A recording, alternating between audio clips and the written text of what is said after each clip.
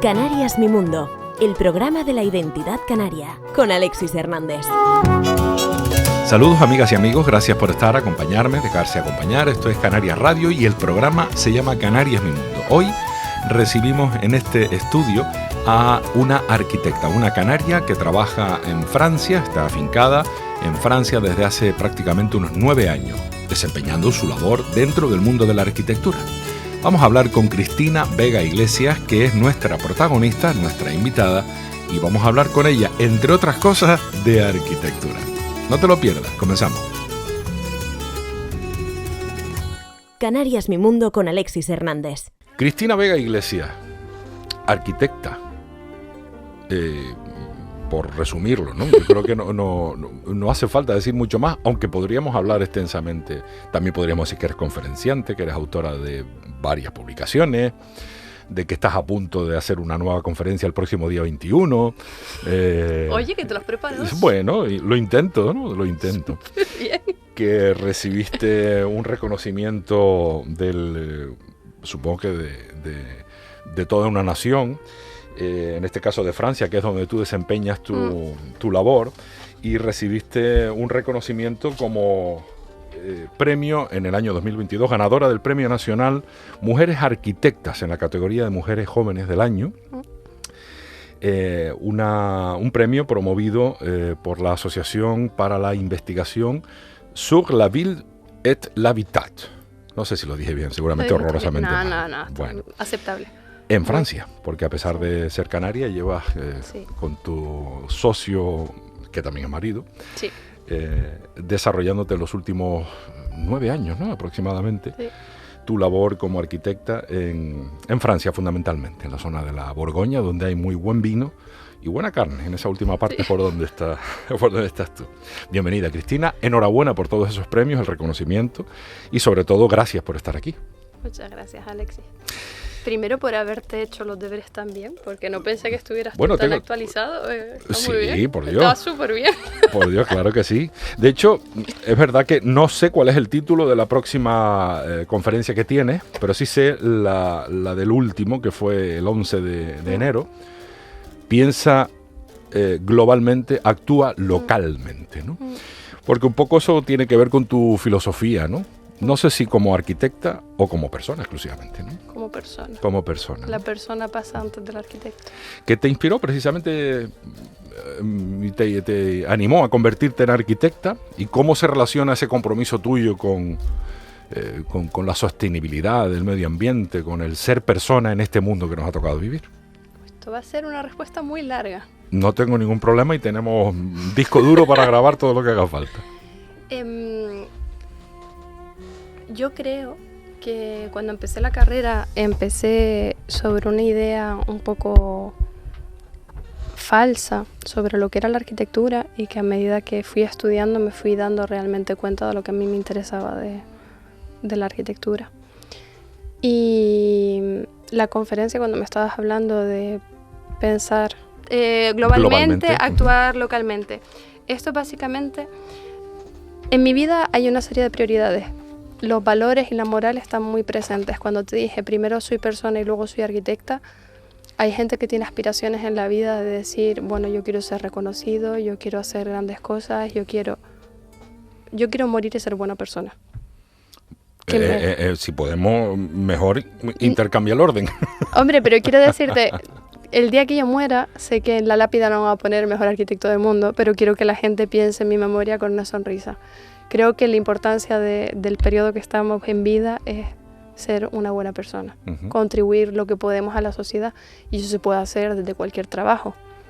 Eso se puede hacer viviendo todos los días con ética, con moral, siendo un buen ciudadano, siendo un buen vecino, siendo un buen hijo, siendo una buena madre, siendo un buen socio y haciendo bien su trabajo, siendo un buen profesional. Por eso te digo, para mí va de entrada ser buena persona y luego va a ser buen arquitecto. Arquitectura que nosotros la entendemos como ejercicio del sentido común. Por eso te digo, nosotros... Cuando dices nosotros, te refieres a tu estudio. Exactamente, el estudio, que son 2 personitas Sí. y un perro. Burlat y, bueno, no sé si lo he dicho bien, No, Burlat no. y Vega. Burlat, cuando lo decimos en español se dice burlat, en francés sería burla. Burlat, Y Vega. Vega es Vega. ¿Es Vega? Vega es Vega. architect. Arquitecto. No, pero está muy bien, está muy bien. El caso, este señor, Burla, pues mi señor socio y esposo, y digo socio y esposo porque somos la única pareja que primero estamos de novios, somos socios y después de 9 años de socios nos casamos. Nosotros lo hicimos al revés, no nos casamos antes. Y nosotros pensamos que el sentido común es lo más importante en cualquier aspecto de la vida. Nunca hemos buscado en la arquitectura y como todo en la vida, modas, el quedar bien, el hacerte ver bien. Y nosotros siempre hemos aplicado la lógica. Cuando llegamos a un proyecto escuchamos mucho a la gente, intentamos trabajar con los recursos que hay a proximidad, con las empresas que son cercanas. Intentamos ver qué es necesario hacer y qué es necesario no hacer, analizar en todo momento lo que se hace. Y es divertido porque es como nosotros lo sentíamos desde el principio, nuestra ética o nuestro código deontológico, y con los años hemos empezado a darnos cuenta de que todas las cosas que hacíamos por sentido común tenían nombre. O sea, lo que a día de hoy te venden conciliación ciudadana cuando se hace un proyecto, pues es lo que hemos hecho desde el principio cuando te sientas a hablar con el alcalde de un pueblito y todos los vecinos reunidos. Cuando te das cuenta que la gente habla del reempleo, la ecología circular, el uso de recursos locales. Nosotros desde el principio siempre hemos usado los materiales que se sitúan a menos de 100 kilómetros de la obra, con empresas que están a menos de 100 kilómetros de la obra, aunque sean empresas pequeñas, porque consideramos que un proyecto, más allá de construir una obra, es un motor de actividad económica. Así que yo tengo que contribuir también a que se mueva la economía local. Tengo que hacer vivir a las familias que están alrededor de ese proyecto que voy a hacer. Y muchas veces me limita en lo que yo puedo hacer, pero da igual, yo me adapto. ¿Y eso no es limitante hasta cierto punto a la hora de ser creativa? A ver, todo depende cómo tú enfoques las cosas en la vida. Yo siempre veo los problemas como una oportunidad. Creo que hay que ser más plásticos en la manera de pensar. Es verdad que limita, pero cuando algo se borra, se abren otras posibilidades. Y es lo que creo que nos va a permitir tener una arquitectura rica, porque al principio uno cuando empieza y quiere tener todo bajo control, quiere tener todo hecho de una manera muy, muy rígida. Y cuando el tiempo pasa, te das cuenta que puedes tener el control, pero tienes que saber que el porcentaje de cambio puedes asumir. Yo creo que eso lo voy aprendiendo con la edad, que yo voy envejeciendo y que cada vez lo aprenderé mejor, pero... ¿Qué te inspiró para ser arquitecta? Si es que te inspiró algo. Pues en realidad yo creo que lo dije ya en el pasado, pero yo no quería ser arquitecta. Yo me metí en la carrera por rebote. Yo quería estudiar filosofía.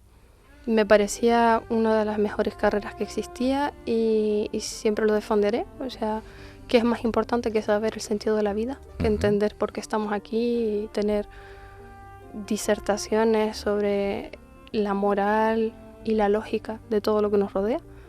Mis padres me dijeron que como era mi carácter, que mejor que me enfocara en otra cosa más práctica. Lo siento, pero fue lo que se dijo. Y fue fruto del azar. En el colegio yo tenía un profesor de dibujo técnico que era muy bueno, que también era profesor en la Facultad de Arquitectura. Y yo era buena en dibujo técnico y me dijo, vente un día a la jornada de puertas abiertas, que yo creo que tú podrías encajar en el perfil de arquitecto y tal. Y así entré. Bueno, de hecho, y así entré.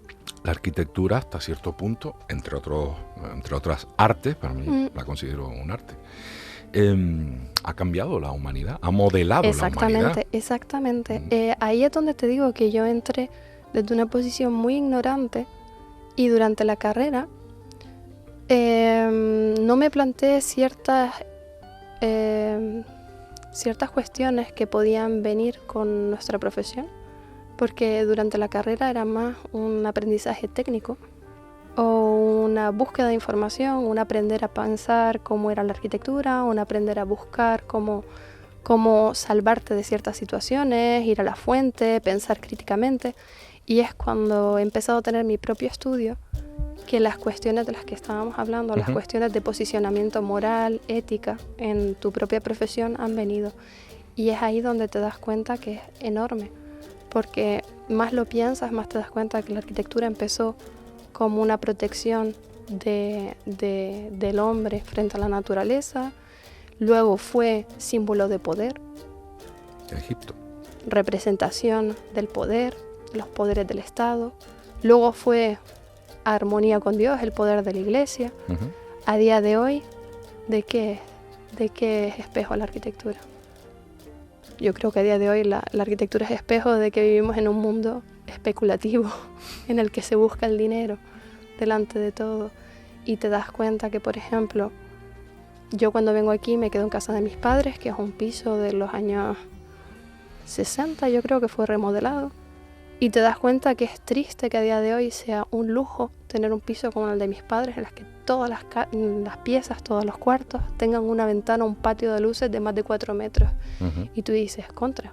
Es verdad que existen condiciones de habitabilidad que permiten ciertas cosas, pero es lógico que la gente tenga una sola ventana y que todo el edificio esté hecho para que seamos más rentables. Y que la gente realmente cuando vaya a su casa no tenga luz, no tenga ventilación. No en todos los casos, ¿no? No en todos los casos. En los proyectos de ustedes no parece que tengan este aspecto a tener en cuenta, por lo poco que conozco, ¿no? No, para nada. Pero sí es cierto que al final en la arquitectura se nos condena a un tipo de vida. La arquitectura. Con la arquitectura. La arquitectura yo lo defiendo y lo defenderé siempre, es algo que me interesa muchísimo. Hay muchas vertientes que me apasionan, pero la arquitectura crea una influencia muy fuerte en el habitante, evidentemente. Y yo creo que hay predisposición a caer enfermo, a tener patologías mentales, a ser más infeliz si uno no tiene un espacio habitable digno. Y no estoy hablando de tener un techo, estoy hablando de que hay ciertos contactos con la naturaleza, hay ciertos espacios que son más armónicos, que pueden fomentar que la gente esté mejor. Y no solo el espacio que tú habitas, el equipamiento público de tu ciudad, el espacio público. La arquitectura es muy importante para que la gente se sienta bien, se sienta protegida, se sienta a gusto. Lo vivimos en la época del COVID, cuando todo el mundo lo encerraron en su casa, te diste cuenta de quién era pobre y quién no era pobre. Sí. Y las condiciones que eran estar encerrado en su casa cuando uno no tiene medios y está en 30 metros cuadrados con una ventana, y los que tienen una buena casa. Y al final no es una historia tampoco de dinero, pero el espacio que habitamos es muy importante. Bueno, puede ser o no. Sí, no, dinero, sí, bueno, hay gente que también tiene... Nadie había recapacitado, o ninguno habíamos recapacitado, por lo menos yo. Y veo que incluso hasta tú también podrías. Bueno, en el caso tuyo seguramente es una excepción, ¿no? Yo lo paso mal. Tú trabajas con eso, ¿no? Sí. Pero desde luego todos tomamos conciencia de lo importante que era el espacio que ocupábamos. De si tenía o no tenía ventilación, luz, hasta color, ¿no? Te digo que no tiene que ver con el dinero porque, a ver, sí, es verdad que hay un nivel socioeconómico que fomenta que habites en un tipo de tipología, o en un tipo de casa, o en un tipo de lugar de las ciudades, y eso es cierto. También hay gente con dinero que tiene espacios que son... que no sirven para nada. Que no sirven para nada, o que no tienen criterio porque la persona que se lo ha hecho no le ha dicho nada. Entonces, bueno, pero que vamos, que es muy importante prestar atención en el espacio donde trabajamos, en el espacio donde vivimos, en el espacio donde nos movemos. En tu carta de presentación sobre la filosofía de trabajo del estudio, apunta: la calidad acústica y olfativa son esenciales al mismo tiempo, al igual que la percepción visual y táctil de los espacios, ¿no? Sí. Desde luego se preocupan porque el espacio que se habite sea habitable, ¿no? Y en unas condiciones óptimas, ¿no? Y efectivamente a veces tiene más que ver con la conciencia que con lo económico, ¿no? Sí. A ver, yo no he tenido la suerte, que al mismo tiempo creo que es una gran suerte, de por el momento haber gestionado grandes presupuestos o tener grandes encargos. Sin embargo, hemos ganado un premio de arquitectura con presupuestos humildes, con obras humildes, y hemos llegado a resultados muy importantes que han sido publicados a nivel europeo. Y no tiene que ver con el dinero que tú gastas para hacer algo, sino con la calidad de vida que tú vas a ofrecer a la persona que va a estar dentro. Si te das cuenta, estamos hablando de los 5 sentidos. Un proyecto que llega a tener un nivel de armonía es un proyecto en el que tú te vas a sentir bien, te vas a sentir a gusto. El problema es que hay veces que la arquitectura lo que busca es una imagen, una foto. A mí no me interesa una foto. Yo lo que quiero es que cuando la gente llegue a lo mío diga, ostras, es mejor que la foto. No quiero que la gente diga, qué buen fotógrafo tiene, lo sacaron del buen ángulo. No, yo quiero que tú llegues y tú te sientas bien, pero no entiendas por qué te sientes bien.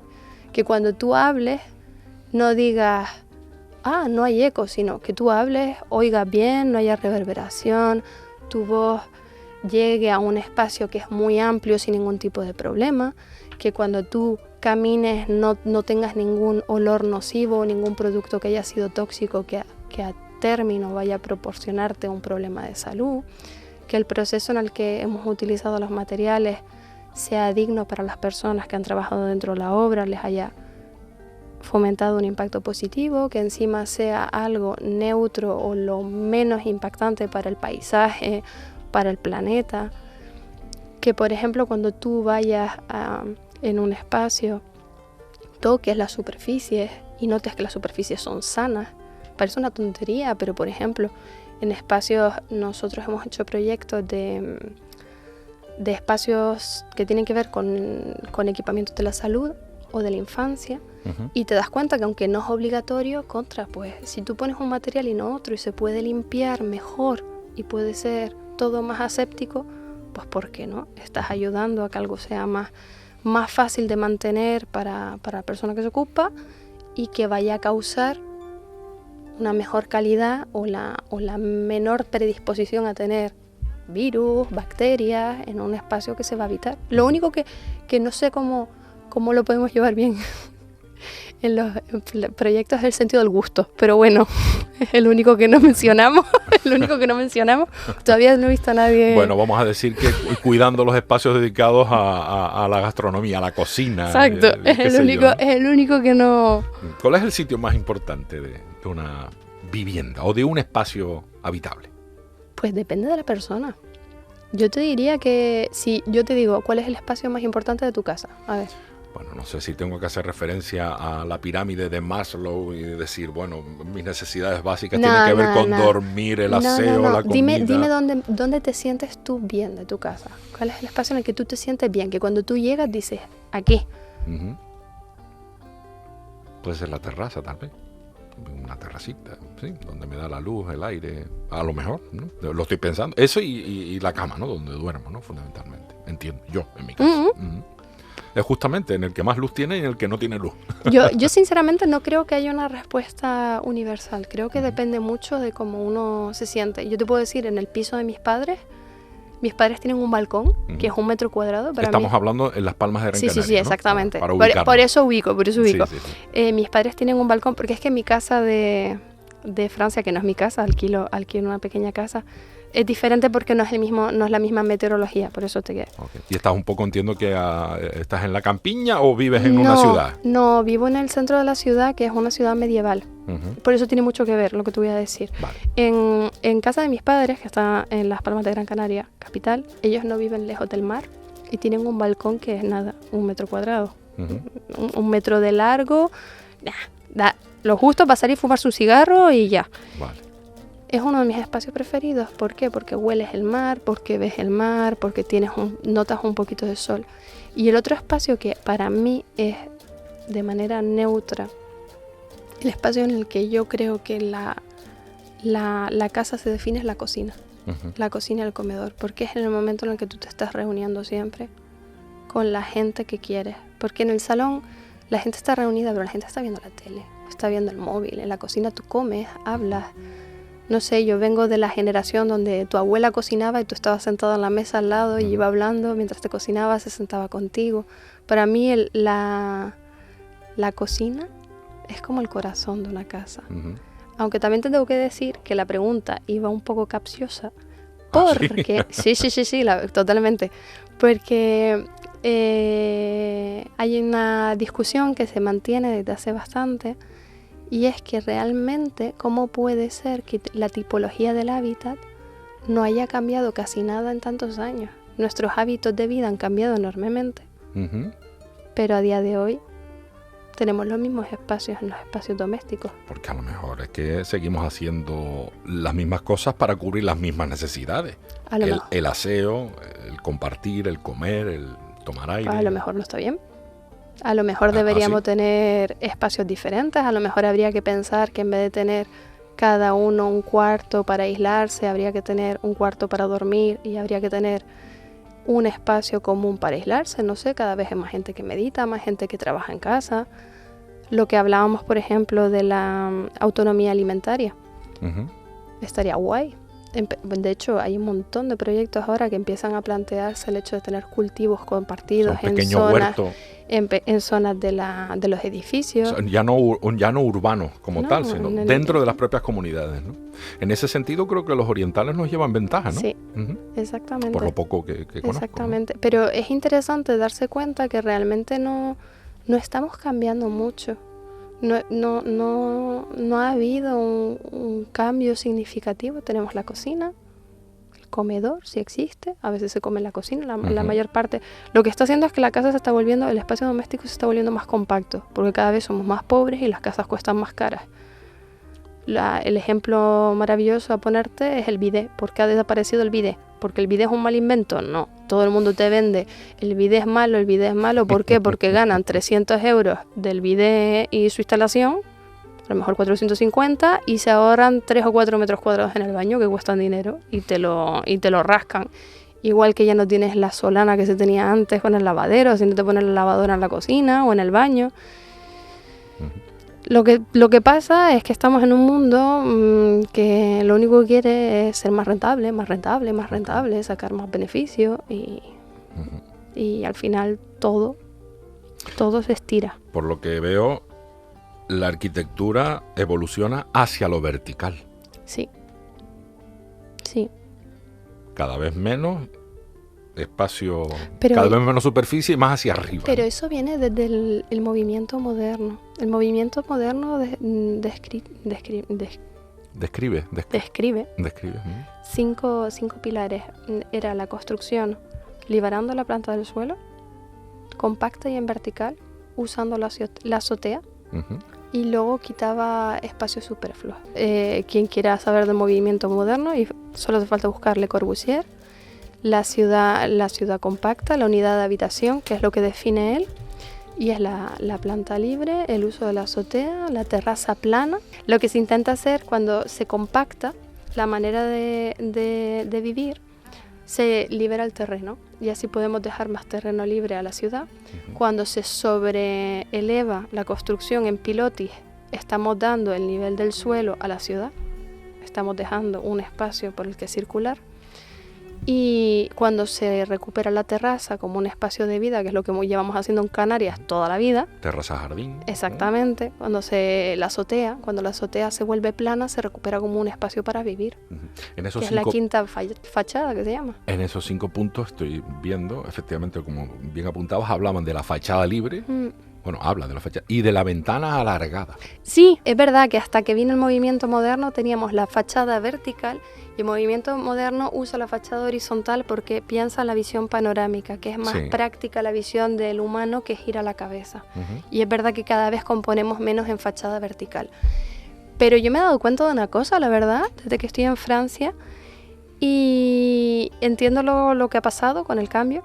Es que lo de las fachadas y lo de las ventanas tiene mucho que ver con el lugar donde tú sitúas tu construcción. Porque, por ejemplo, en Canarias... El lugar geográfico. Exactamente, la ubicación. Porque en Canarias el sol no se mueve mucho, pero yo la orientación solar que tengo, la exposición solar que tengo en invierno y en verano es muy diferente. El sol en el continente sí tiene mucho más movimiento. Entonces, cuando tú tienes una abertura vertical, cuando es invierno sí que es verdad que la luz entra muchísimo más profunda dentro del espacio habitable que cuando es horizontal. Porque el sol está más alto, exacto, ¿no? Más lejos. Y menos horas. Entonces por eso se hacían verticales. Lo que suele hacer a día de hoy lo que se suele hacer es, no se hace tanto el horizontal, sino más bien una proporción más cuadrada pero armoniosa. ¿Existe una arquitectura para ricos y otra para pobres?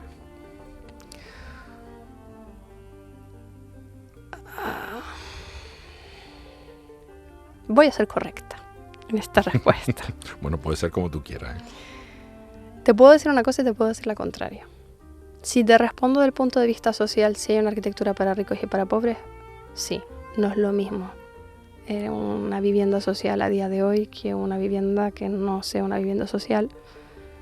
Existe la arquitectura para ricos y para pobres, sobre todo existe un lugar en la ciudad para ricos y un lugar en la ciudad para pobres, eso no se puede negar. Lo cual es muy contradictorio, porque si tú coges una vivienda social de los años 60 en España, probablemente esa vivienda social de los años 60 en España tenga mayor calidad arquitectural de una casa de promotor que puedas comprar a día de hoy. Porque en los años 60 en España la vivienda social era una maravilla. Los espacios eran amplios, la verdad es que había muchísimos arquitectos que tenían conciencia social e intentaban hacer las cosas por las personas que iban a... Tenían ventanas y balcones. Exactamente. Y patios interiores. Exactamente. De hecho, a día de hoy tú ves los pisos en venta de viviendas sociales y alucinas con el precio que tienen, porque te das cuenta que la calidad del espacio que tienen, evidentemente hay que reformarlos, pero la calidad del espacio que tienen a veces es muchísimo superior a pisos de promotor que puedes encontrar de primera obra. Luego te puedo decir, una calidad en un espacio es verdad que también se define por el material, y hay veces que hay materiales que son más caros que otros y dan más calidad espacial, pero no solo tiene que ser un freno económico. Te repito, nosotros no hemos tenido nunca grandes presupuestos y se puede llegar a tener mucha calidad con bajos presupuestos. Hay un premio Pritzker de arquitectura. Pritzker en arquitectura es un poco como el Nobel. El primero que me viene ahora a la cabeza creo que es Eduardo Aravena. Creo que es un mexicano, creo que es mexicano o chileno, no me acuerdo la verdad. Y él hace obra vivienda social y inventó una nueva forma de hacer la vivienda social con poquitos recursos. Y es verdad que se puede hacer arquitectura muy buena con muy poquitos recursos, pero como todo en la vida, a lo mejor es quizás un poquito más complicado. Y lo que tú me estás preguntando, que creo que es por ahí que va la pregunta, es si tú puedes diferenciar la arquitectura para pobres y la arquitectura para ricos. Yo el otro día fui a París, fui a visitar a una amiga y me quedé a dormir en su casa, y ella vive en la banlieue, lo que viene siendo la periferia. Y evidentemente la mayoría de la gente de París no tiene medios para vivir en el centro, viven en lo que llaman la periferia, fuera del anillo. Y ella ha comprado un piso en un barrio que ella cree que se va a revalorizar. ¿Qué pasa? Que era un barrio muy obrero, los precios bajitos, y ahora están empezando a ver muchísimos edificios de nueva construcción. ¿Te das cuenta que todavía ese barrio, antes hablamos de la gentrificación, ese barrio todavía está en transición? ¿Por qué? Porque cuando tú empiezas a caminar por la calle y te das cuenta que todos los edificios están hechos como el movimiento moderno, con la planta del suelo libre, y muchas plantas, muchas plantaciones, muchos parques, lo que han hecho en todos los edificios sin excepción, todo está cerrado. El edificio está cerrado. ¿Por qué está cerrado? Porque no es una zona segura. Cerrado, poca ventana, entiendo. No, cerrado. O cerrado, acotado el espacio. Exactamente, vallado. Vallado. Vallado. Imagínate que tú tienes el edificio está sobre pilotes, lo que haces a nivel de suelo son jardines, y lo cierras con vallas para que lo usan los del propio edificio. Ya.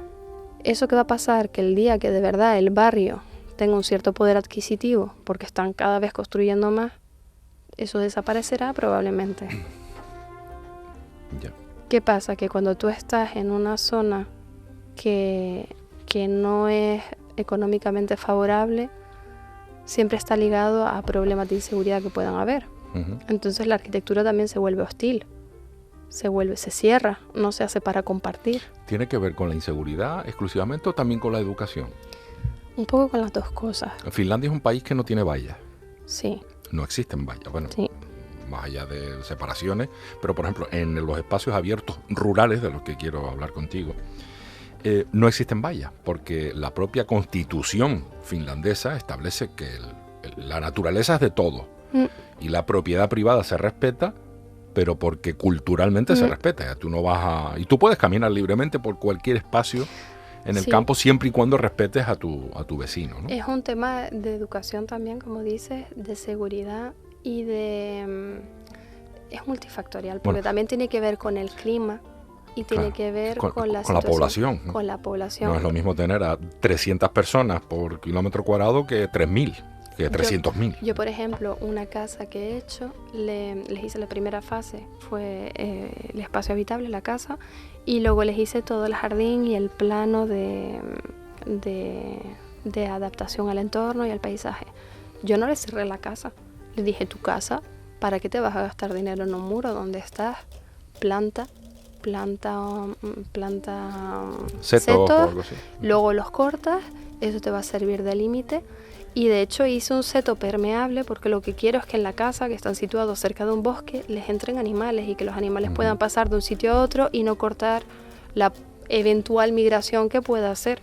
Sin embargo, un humano que ve esa línea de setos interrumpida sabe que está pasando un límite privado. O sea, el humano que quiera entrar, quien quiera entrar a tu casa va a entrar.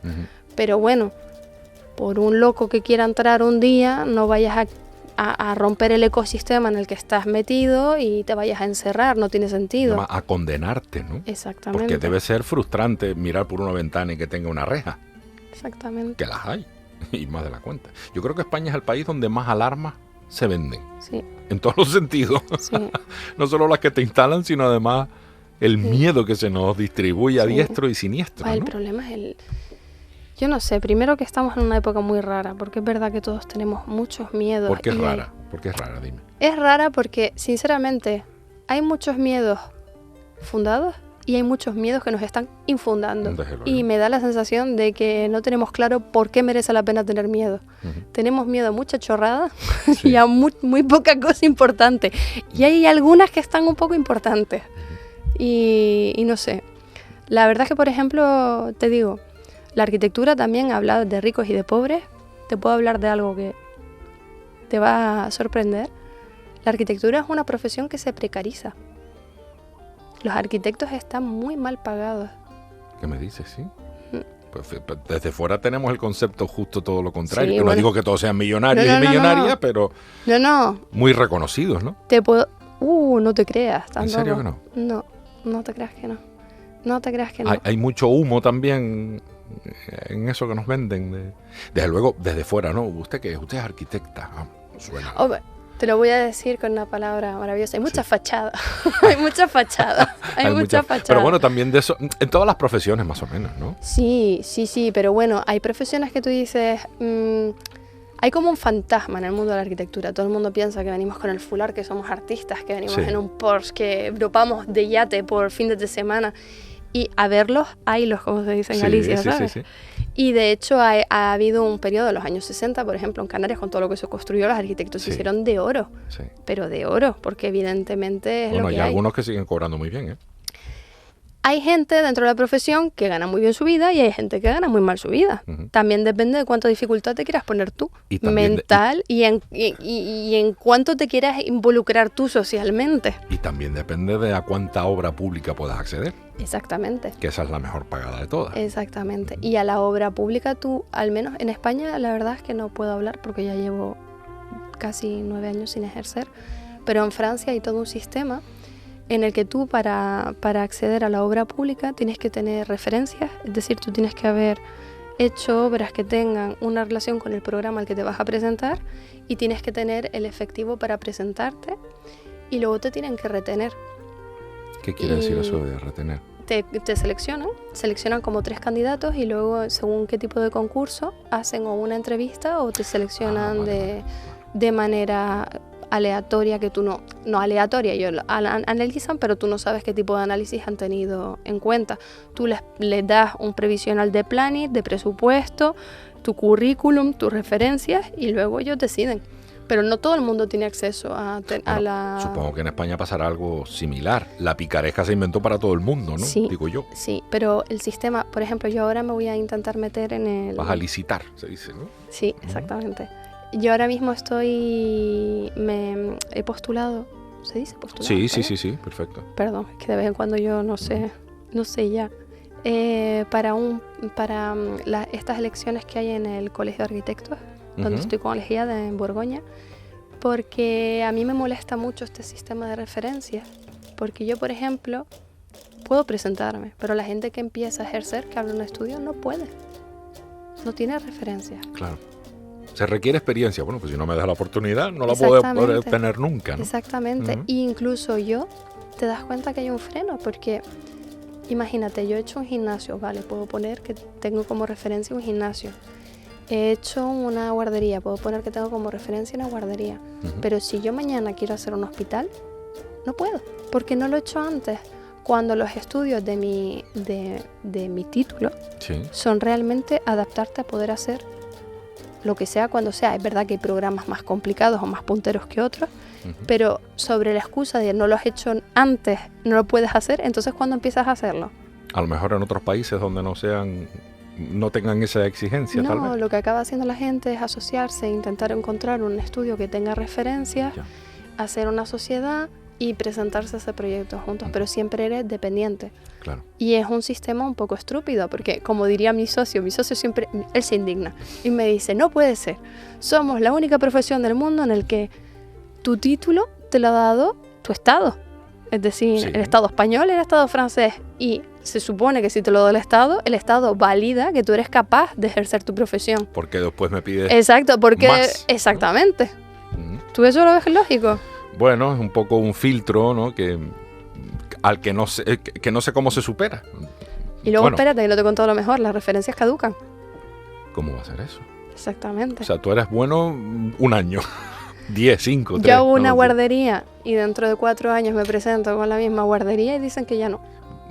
Bueno, yo entiendo que puedan pedirte que estés actualizada, ¿no? Porque también me imagino que hay, no sé. Tengo obligación de nuevos materiales, no sé. Sí, pero es que lo tengo que... A ver, yo tengo... Eso lo tienes que hacer, ¿no? Exacto. Primero, el Colegio de Arquitectos te da una obligación de formación. Todos los años tienes que hacer unas horas de formación que te las pagas tú.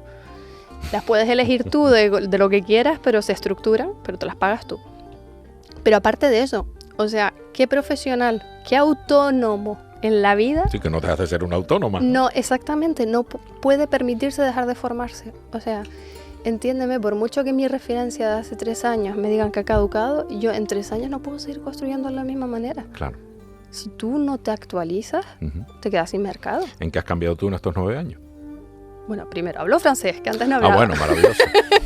Ahora casi no hablo español, cada vez se me va más el español. Sí.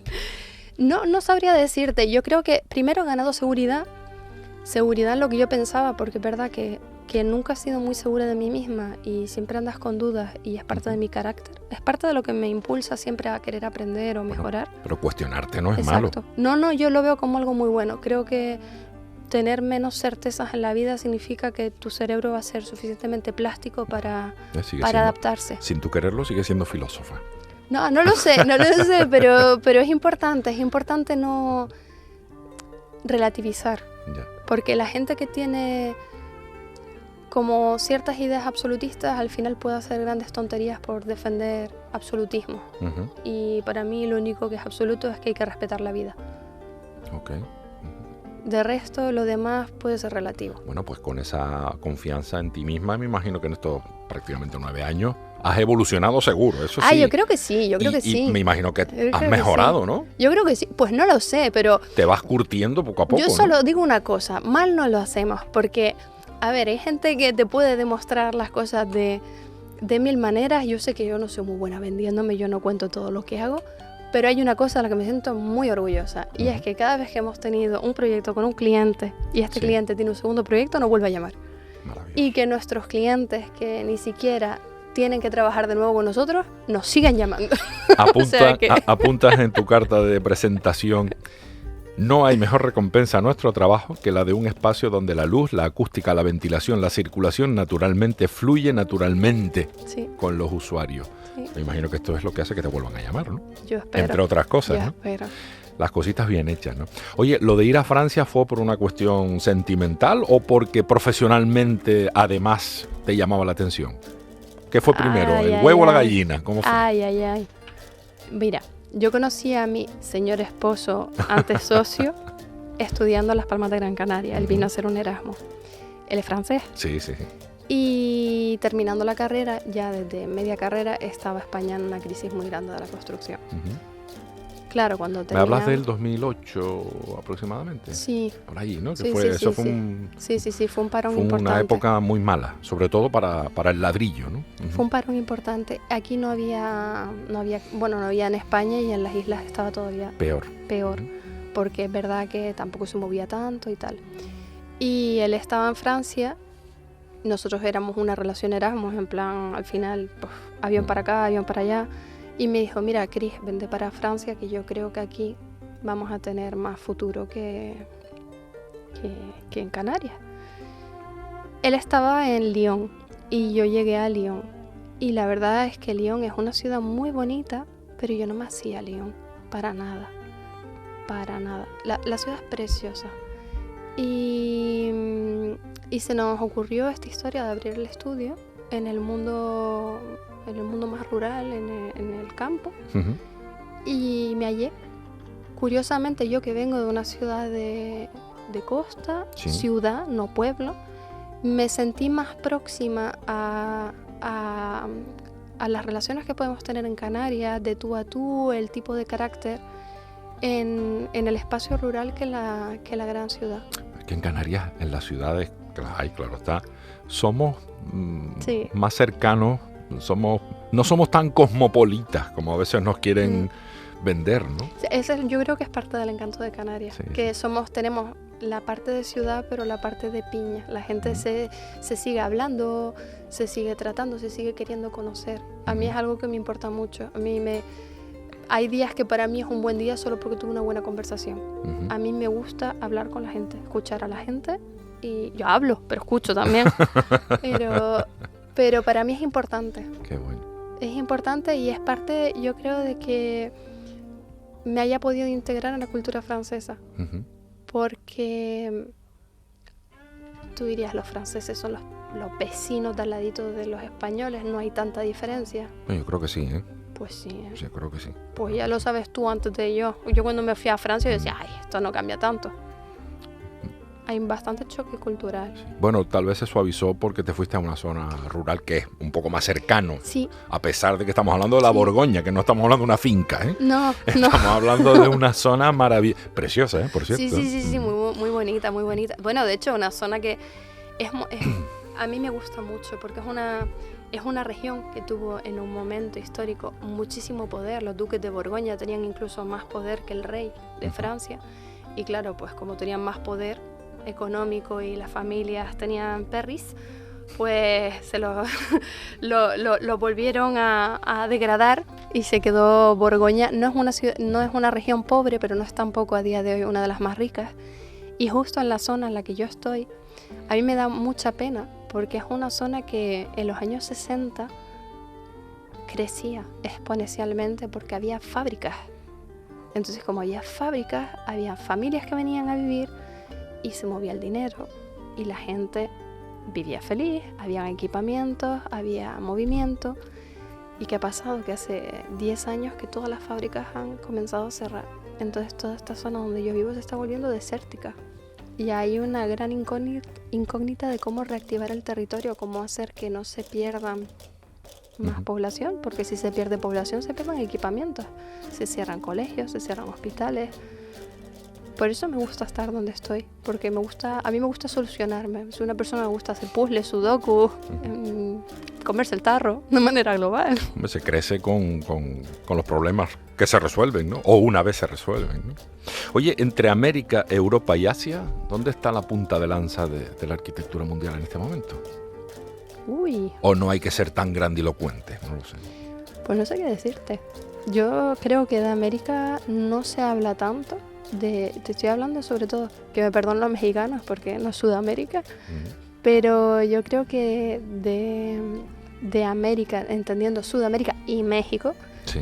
se habla un poco y yo creo que tienen muchísimo que ofrecer con la visión que tienen de la arquitectura. Tú estuviste por allí de intercambio, además, ¿no? Sí. Yo solo he perseguido hombres en mi vida. Que Yo me- me fui, ya no, de verdad. Esto no lo conocía. No, sí. Yo me fui a México por la arquitectura de Barragán. Ah, Arquitecto ya vale. es pobre, ya en paz descanse. Me fui a Alemania buscando la arquitectura de Mies van der Rohe, Ajá. arquitecto también en paz descanse. Y me fui a Francia pues buscando a mi señor marido, que también es arquitecto. No, pero que está vivo y coleando. Exacto, está vamos, vivo, por está Dios. vivo. Y que sea por muchos años, claro. Y a mí me sorprendió muchísimo. También es verdad que tiene mucho que ver con la cuestión climática. En Asia lo que tienen es un respeto enorme al trabajo del artesanado, que nosotros estamos perdiendo, que antes existía, cada vez se pierde más. Y a mí me encanta, por ejemplo, también, no se habla mucho de la arquitectura, por ejemplo, en India. Hay muy buenos estudios modernos de arquitectura en India. Hay cosas muy interesantes también que se están haciendo en África. Pero claro, depende de qué es lo que a ti te interesa. A mí siempre me ha encantado también la arquitectura de los ingleses, de los daneses. Ujú. Los nórdicos en general. Es que a mí me encanta. ¿Dónde se cuida más la vida humana? Uy, Desde el punto de vista arquitectónico. ¿Dónde se tiene más en cuenta la felicidad de las personas en el día a día cuando se construye un espacio habitable? Sea individual o colectivo. pero es que eso es complicado de responder, porque yo no puedo darte felicidad. Yo te doy un marco para que tú desarrolles tu felicidad. Bueno, ¿te parece poco? Bueno, yo intento hacerlo, pero Si me lo das con un jardín, con unas ventanas, con una ventilación, con sí. unos espacios necesarios y justos para Hombre, supongo que desenvolverme. en Francia, por ejemplo, siempre ha habido un concepto social de la arquitectura, siempre ha estado muy ligada a la sociología. Ujú. Y es que es complicado responderte, porque yo te diría, probablemente en Francia hay una conciencia de la dimensión social en la concepción muchísimo más importante de lo que puedas tener en América o de lo que puedas tener en Inglaterra, por ejemplo. Sin embargo, yo creo que como en América tienes el clima que tienes y te permite hacer los proyectos que vas a tener, probablemente la gente esté mejor. Aunque claro, eso es un juicio de una canaria que le gusta el sol, que le gustan los espacios abiertos, que le gusta algo exótico. De repente hay alguien que le encanta el frío y que le gusta tener un enorme ventanal y estar en un interior viendo un lago helado y Ujú. va a tirar más por la parte del norte. Es muy subjetiva. Estás entrando en una apreciación de la arquitectura subjetiva. Y es la parte que ni los arquitectos se pondrían de acuerdo.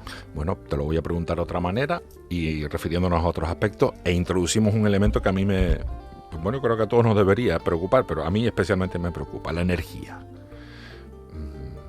¿Dónde se tiene más en cuenta la energía en general? ¿Y cómo hacemos llegar esa energía a las viviendas y a los espacios incluso públicos y colectivos? ¿En qué parte del planeta estamos o están más Tú concienciados? quieres sobre aquí esto? que yo me... Hombre, yo quiero que me hables de la energía y del futuro, porque estamos en un momento en el que Geotermia. quieren... ¿Cómo? Geotermia. ¿Qué es eso? Geotermia. La energía de la Tierra. Exactamente. Bueno, en Canarias había una empresa que estaba hablando también de generar energía con la marea. La marea. La maremotriz, pero me acuerdo que hablé con un empresario de aquí que aprovechaba la energía, no era exactamente la ola, sino la corriente de fondo que venía, la energía que se genera por el fluido. Lo que pasa es que estaban viendo cómo se podría hacer. Una energía limpia que se usa desde hace muchísimo en Islandia, en la geotermia. Tierra de volcanes también. Exactamente. Y yo creo que podría ser una buena alternativa en Canarias. La verdad es que no soy una técnica en el aspecto, pero yo diciendo que en Islandia hay una constitución volcánica y que nosotros también, yo creo que podría funcionar. En todo caso, yo intento en mis proyectos poner geotermia. Por el momento no lo hemos logrado, porque el problema que vemos es que en Francia hay subvenciones según el tipo de energía que quiera generar. Ujú. Y claro, evidentemente los clientes pues intentan poner el tipo de energía que está subvencionado porque les sale más barato. ¿Y qué se está subvencionando ahora mismo? Bueno, Panel. en Francia me imagino que en Europa más. Pues más o menos. va por modas, tristemente. Me Paneles, imagino que la solar. paneles solares y hay... La eólica, no sé. No, la eólica no la están subvencionando, los paneles solares sí, y están subvencionando también la combustión en copos de madera. Lo que pasa es que va un poco por modas. Hace 2 años me subvencionaban todo el rato la combustión por copos de madera. No sé quién fabricaría los copos de madera. Ahora son los paneles solares. O sea, pues siempre hay un interés entonces económico detrás, no nos engañemos, ¿no? Eso no es Hombre, que lo digas tú, lo digo yo. A ver, la energía solar es muy buena energía. Lo que pasa es que hay que saber... A ver, no hay ninguna energía Y por cierto, ¿en Francia subvencionan a ese nivel la energía solar? ¿Y por qué es tan complicado que se subvencione en un sitio como Canarias que tenemos 3 veces más sol? Ahí es donde quiero llegar. O sea, tendría sentido tener paneles solares en Andalucía, en Canarias. Hombre, los habrá, supongo, pero... Donde sí hay granjas solares. Yo creo que en Andalucía hay granjas solares. Y en Canarias que lo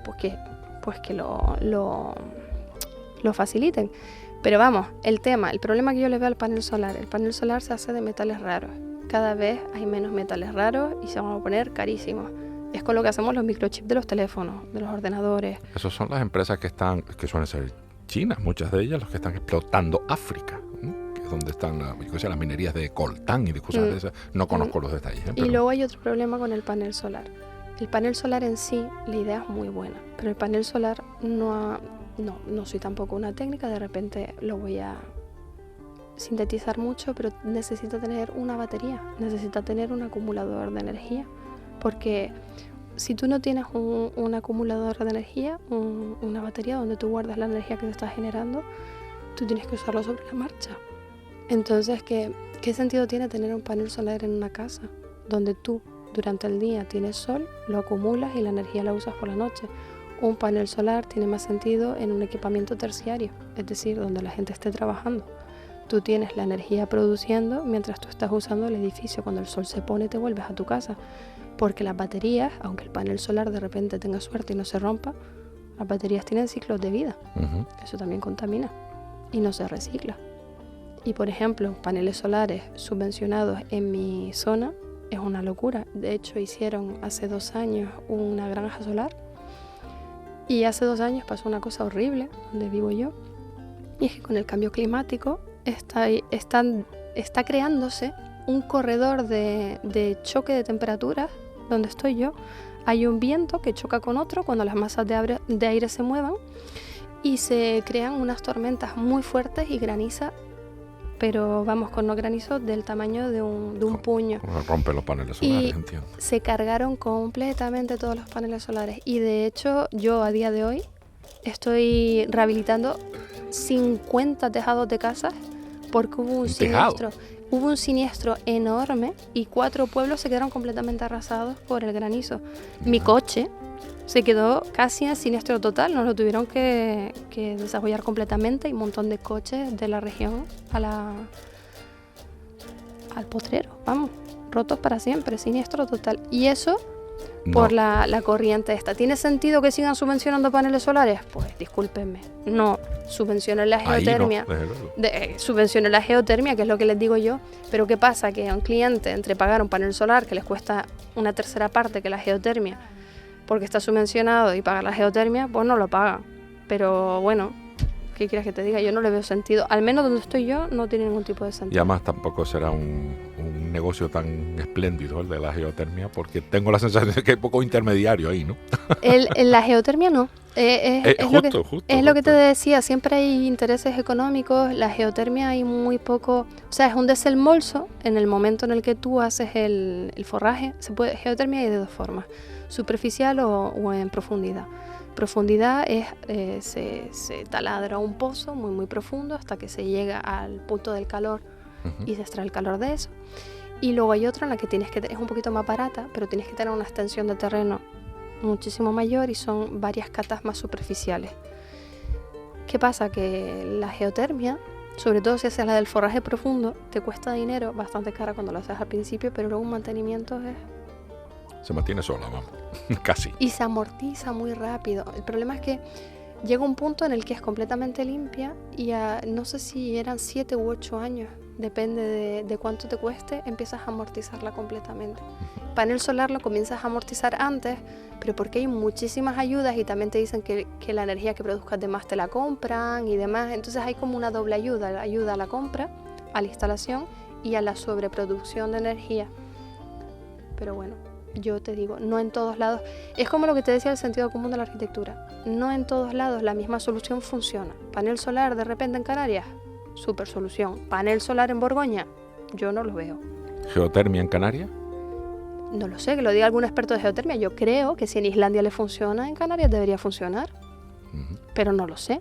Yo a tanto no llego. Okay. Yo solo me pregunto y de vez en cuando me equivoco. Luego que los expertos piensen. Yo no soy experta en nada.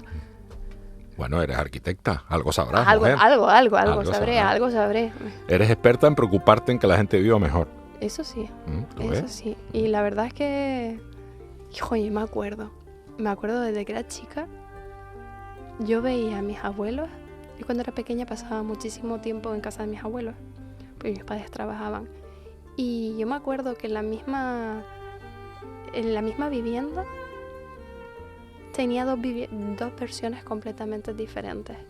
Porque me acuerdo que mi abuelo, su vida era trabajar, ahorrar y comprarse una buena casa, lo más grande posible. Y mi abuela, que era ama de casa, lo único que quería era un piso pequeño. Porque decía, pero yo soy esclava de esta casa. Y yo me acuerdo de estar en esa casa y ver a mi abuelo orgullosísimo de esa casa y mi abuela quejándose de ser esclava de esa casa. De decir, pero ¿por qué quiero yo una casa con escaleras? ¿Por qué quiero yo una casa con espacios tan grandes? No es práctica. Y a mí siempre me ha trotado eso un poco en la cabeza de cómo un espacio puede ser tan bueno y tan malo para dos personas.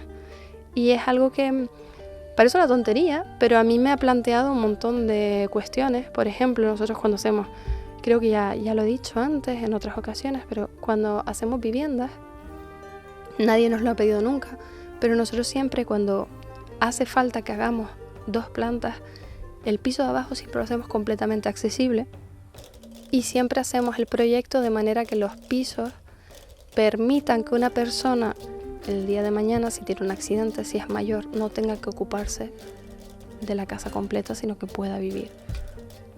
Es algo que yo repito siempre, porque parece una tontería, pero simplemente hay que pensar que el baño del piso inferior hay que hacerlo adaptado a minusválidos, que todas las circulaciones hay que hacerlas adaptadas a minusválidos y que hay que tener un espacio que en algún momento pueda ser convertido en un dormitorio, y eso significa que cuando la gente pague el gasto más grande de su vida, que es comprarse una casa, y envejezca o tenga un accidente, Dios no lo quiera, no se verá obligado a desapegarse de su casa porque la casa va a ser un freno en su vida, sino lo harán porque quieran. Yo intento no frenar la vida, yo intento fomentar la vida, la buena vida, si puede ser. Teniendo en cuenta que todos y todas en algún momento vamos a ser más o menos discapacitados con un accidente o sencillamente porque cuando se cumplen años la cosa no va a mejor. Y nunca se sabe. Sino todo lo contrario. Y nunca se sabe. Lo que sí sé para mí es que ha sido un inmenso placer conocerte personalmente y poder dialogar contigo y aprender sobre todo. Hemos estado 1 hora, mi querida Cristina. Ha llegado el momento de despedirte, pero de desearte todo lo mejor del mundo a ti, a tu socio, marido, pareja y sobre todo al estudio para que sigan haciendo muy feliz, espero, a todas las personas que accedan a tu servicio, a los servicios de ustedes y sobre todo a esas creaciones, intuyo que maravillosas para que las personas puedan vivir un poquito mejor. Muchísimas gracias. Hasta aquí nuestro Canarias Mi Mundo de hoy. Espero que hayas disfrutado lo mismo o más que yo. Ha sido un Te placer. espero en el siguiente. Hasta entonces, cuídate mucho y sé muy feliz.